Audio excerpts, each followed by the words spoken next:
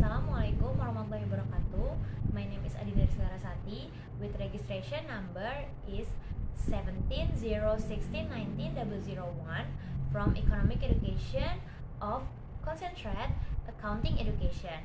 I will present my internship in Customer Relationship Management and Finance at PT Telkom Indonesia with Terima Kasih.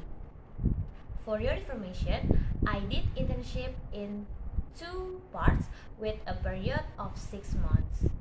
First, company profile.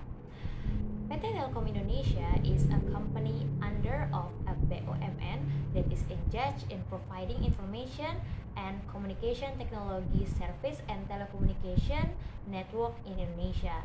PT Telkom Indonesia has a goal to create a more prosperous and competitive nation and provide the best add value for stakeholders.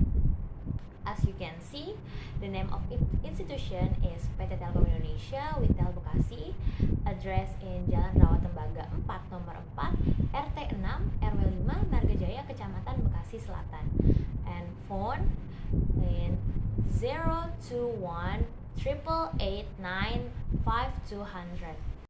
Next slide is vision and mission from PT Telkom Indonesia. Vision is to become the digital telco of choice to advance society. Mission, first, accelerate the development of smart digital infrastructure and platforms that are sustainable, economical, and accessible to all. Second, develop superior digital talent that helps drive the nation's digital capabilities and digital adoption rate. Third, orchestrate the digital ecosystem to provide the best customer digital experience. Brief historical of PT Telkom Indonesia.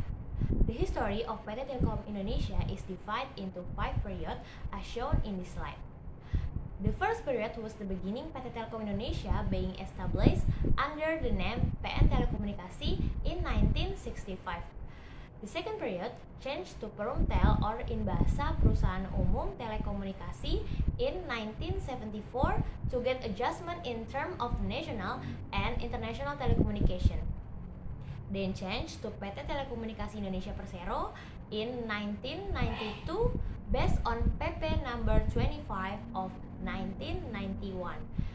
Then it changed to PT Telekomunikasi Indonesia Persero TBK in 1995, at which time Telkom shares were traded freely on the stock exchange for the first time. Finally, in 2020, PT Telekomunikasi Indonesia changed its name to PT Telkom Indonesia Persero TBK. As I said before, I do internship in 2 sections, so there is 2 field work based on 2 divisions. First, customer relationship management. Customer relationship management is a division with the customer care unit, where this division focus on establishing relationship with customer with various service and offering in the home product in the form of internet, UCTV, and telephone. Meanwhile, in the section, I received direction from Mrs. Puspitasari as the CRM supervisor. I start my internship in this division from 22 December to 14 March 2022. Second, finance. Finance is a division with the shared service, human capital, and finance unit, where this division focus on managing the allocation of funds to all units in Retail Bekasi, such as inputting budget values, verifying plaza reports, verifying file completeness, and so on.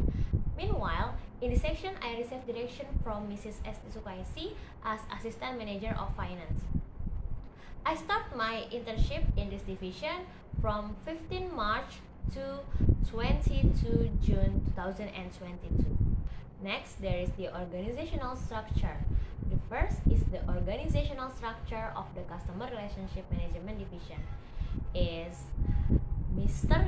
Khairullah as Manager Customer Care, Mr. Safarullah as Assistant Manager Customer Care, Mrs. Chitra as Manager CRM, Mrs. Indita Agustian Yusuf as Assistant Manager CRM, and then some members who have helped me are listed below. Second is the organizational structure of the finance division. is Mr. Rizka Mutar as Manager Shared Service Human Capital and Finance, and then Mrs. Esti Sukaisi as Assistant Manager Finance, and then Mrs. Ardini Orienta Agusti as Officer to Finance. Next, my task at Customer Relationship Management. First, input customer data in the form of the name and price of the Wi-Fi speed upgrade. 2. Calculate the selling price of PGF or Payment Collection Finance customers' Wi-Fi internet speed upgrade product. 3. Checking PGF or Payment Collection Finance and e-info payment to find out the amount of customer payment. 3. Checking customer address via NCX tool. 4. Caring for internet speed upgrade offers to customers by telephone. And 5. Inputting the status of the customer who has been carrying and making key contact for customers who are interested in upgrading. Second, my task at finance. 1. Verify completeness of capital expenditure and operational expenditure file. 2. Input capital expenditure and operational expenditure into the GDocs database. 3. Inputting OPEX or operational expenditure in partnership with Padi UMKM into the GDocs for Padi UMKM transaction. 3. Archive CAPEX, OPEX, tax invoice reports in soft copy and hard copy. 4. Drafting surety bonds.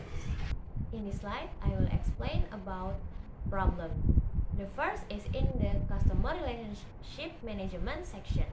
The obstacle faced in the CRM section is that there is a change in the type of customer internet loyalty without the knowledge of the CRM Retail Bekasi. As a result, CRM friends who are calling customers have to change the calculation of the latest upgrade in order to adjust loyalty, and this has caused complaint from customers.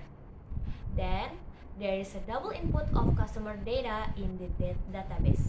So, customer data that should have been input must be re-entered. This results in an inefficient data input process. Second, in this finance section, constraints faced by the finance department are delay in submitting files from each unit, so that the disbursement of funds for each unit becomes late. Then there was a new application of VAT from 10% to 11%, so that tax invoice correction often occur, which result in inputting new tax invoice every time there was a change and continuing to follow up each unit to collect the latest invoice. Next, there is a solution. I try to summarize the solution which can solve both problems. First, establishing effective communication, namely establishing communication accompanied by producing solutions that can solve problems. For example, when a tax invoice change, PT Telkom Indonesia Regional or Central should quickly issue an order to change the April VAT percentage on tax invoice at the end of maybe around 21 March by holding a meeting that produce VAT change guideline.